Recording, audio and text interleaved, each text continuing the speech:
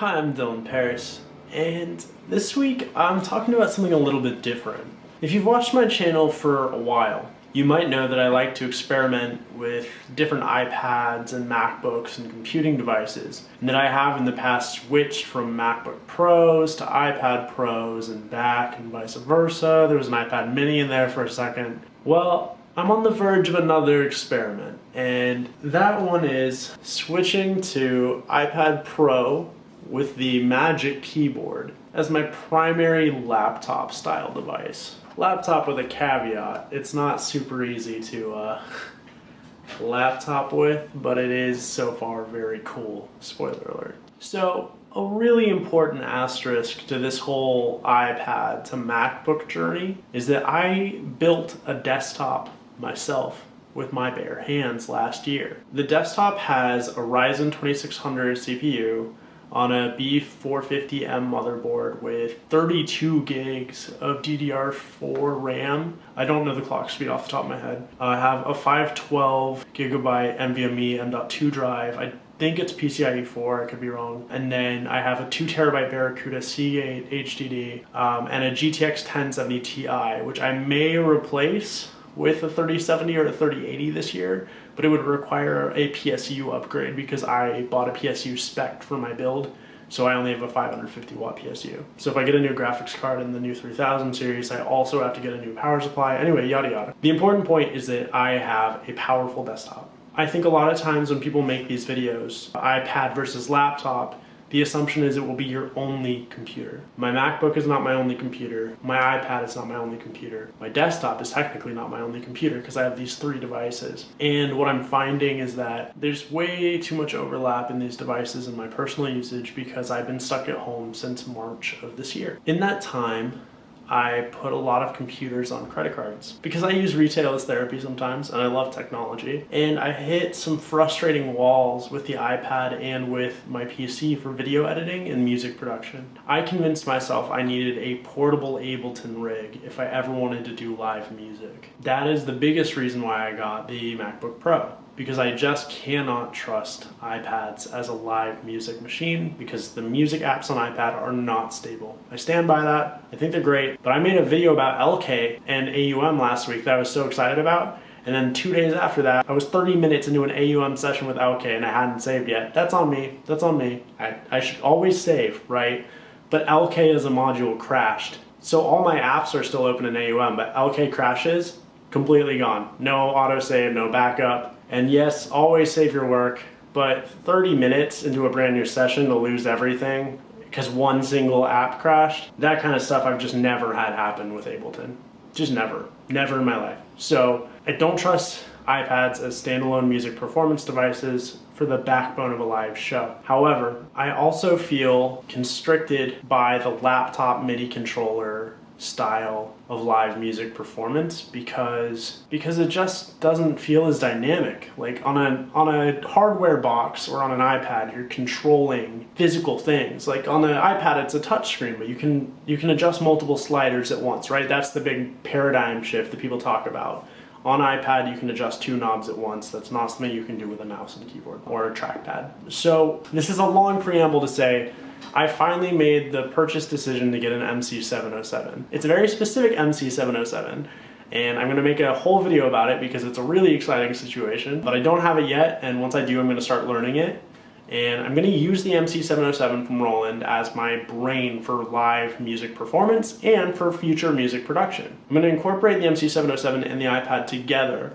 However, the MC707 will be the brain, the way that Ableton has been the brain of most of my real music tracks, the ones that are going on my album that is coming soon. I'm going to make more videos about. So now I have 4 total components. A music playing device, MC707, a high quality laptop, a very high quality laptop, the 16-inch MacBook Pro with i9, 1 terabyte SSD. It's a beast machine, but I only use it for editing these videos, which I can do on my desktop and on the iPad in LumaFusion.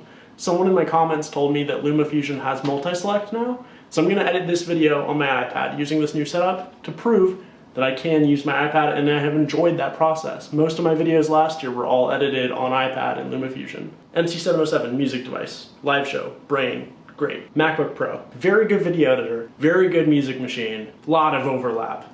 and the most expensive device. Like this I got from B&H, I think, the iPad for I think $1070 for the 256 gig, 12.9 inch, 2020 model. This keyboard I got on Amazon for $328. And the pencil, I think I got for like 120, could be wrong on that. That's a lot of money, but all that together is still almost $1,000 less than the MacBook Pro was. My desktop I built by hand using used parts and discounted parts because the new Ryzen cycle was happening. So when the 3000 series came out, I bought into the 2000 series, etc., etc. So I built my whole desktop, including the high-end GPU, it was high-end, for around $900 to $1,000 total. I got really good deals on the RAM. Like I got 32 gigs of RAM for $50 from a friend who had extra RAM. So you couldn't replicate that. All of that is to say the MacBook Pro is both extremely the most expensive device I own and also the least utilized. I use my desktop for gaming. I can use it for lots of other stuff. It was my main Ableton rig until I got the MacBook. I use my iPad for all kinds of stuff, and I would use it for more creative work, except I do a lot of stuff on the MacBook. If you're wondering how I afford all of this, and this might be true for other YouTubers, I don't know. I have a full-time job that pays me very well. I'm very grateful for that. However, I also have a fair bit of credit card debt because I bought a lot of things at once. And so all of this preamble is to say that I am very, very likely going to sell my 16-inch MacBook Pro. It is the loser in the Venn diagram of usage and cost, right? My desktop can do almost everything it can do, but it's not portable. My iPad can do almost everything it can do, and it is portable. It's just not quite as powerful, and it doesn't have quite the same apps, which would be a deal breaker, except that the MC707 is a better performance machine and potentially a better composition machine. And its whole function is a live music machine. I can trust it to do that in a way I cannot trust the iPad. And I kind of can, but also kind of can't trust the MacBook. Ableton is a very proven live beast. So I trust Ableton and a MacBook a lot more than I trust an iPad, an AUM, or Beatmaker. Chord Gadget's fairly stable. I think if you wanted to do a whole live show with Chord Gadget, you could, but I also think that would be really limiting in the available sounds that you would have access to. But prove me wrong. Send me your Chord Gadget live set. I would devour that video. I'd love to watch that. I'm as much, if not more, of a YouTube fan than I am a YouTuber. So send me your music vids. YouTube might mark them as spam, so I'll check my spam comments. I digress. But yes, this in the ongoing series of Dylan Paris sells and buys MacBooks and iPads. I'm pretty sure that I'm voluntarily giving up on that high-end MacBook life and committing to this tablet, laptop, hybrid life, along with, and this is so important, along with a very powerful desktop. I would not do this without the desktop. I need a place to run Ableton. It's my primary DAW. It's where I'm finishing my album. It's where I finalize my songs. If I end up not being able to trust LumaFusion, I know I can use DaVinci, so I've got options. But yeah, I think I'm gonna do it. I think I'm gonna sell my MacBook Pro and stick with this iPad. However, the difference this time and other times is that I'm gonna try this out first. The debt's all there, it's no interest for like 11 to 15 more months, so I'm gonna try these things out. Obviously there's a limited-ish window of time before the Apple Silicon MacBooks come out. My fingers are crossed that the first Apple Silicon MacBooks will not replace the 16-inch Pro, but rather the MacBook Air style device. But that being said, the power of the iPad Pro is such that you could imagine a beefed up A series actually overtaking a MacBook Pro, which would be absolutely nuts. But maybe. This is a weird year. Everything is happening. So who knows? But yes, I will tell you how things go. I'm gonna keep using this iPad more. I'm excited to get back into using LumaFusion for video editing. If it has multi-select now, which if it doesn't, that commenter was a liar, but we'll find out because I'm gonna edit this video and I'll maybe even just put like it did right here. But if it has multi-select, then my workflow specifically is totally doable. I shoot a single track of video. Sometimes I have another floating iPad screen or floating whatever screen, and then I put those two together, sync the audio, and then cut it up, and that's it. If there's multi-select in LumaFusion, then that's all I need. So I'm excited to see what happens. If I run into major storage issues like I did on my 2018 iPad Pro, I'll just do a refresh instead of being a baby about it. And yeah, let's try this out. I'll let you know how it goes, but I'm excited.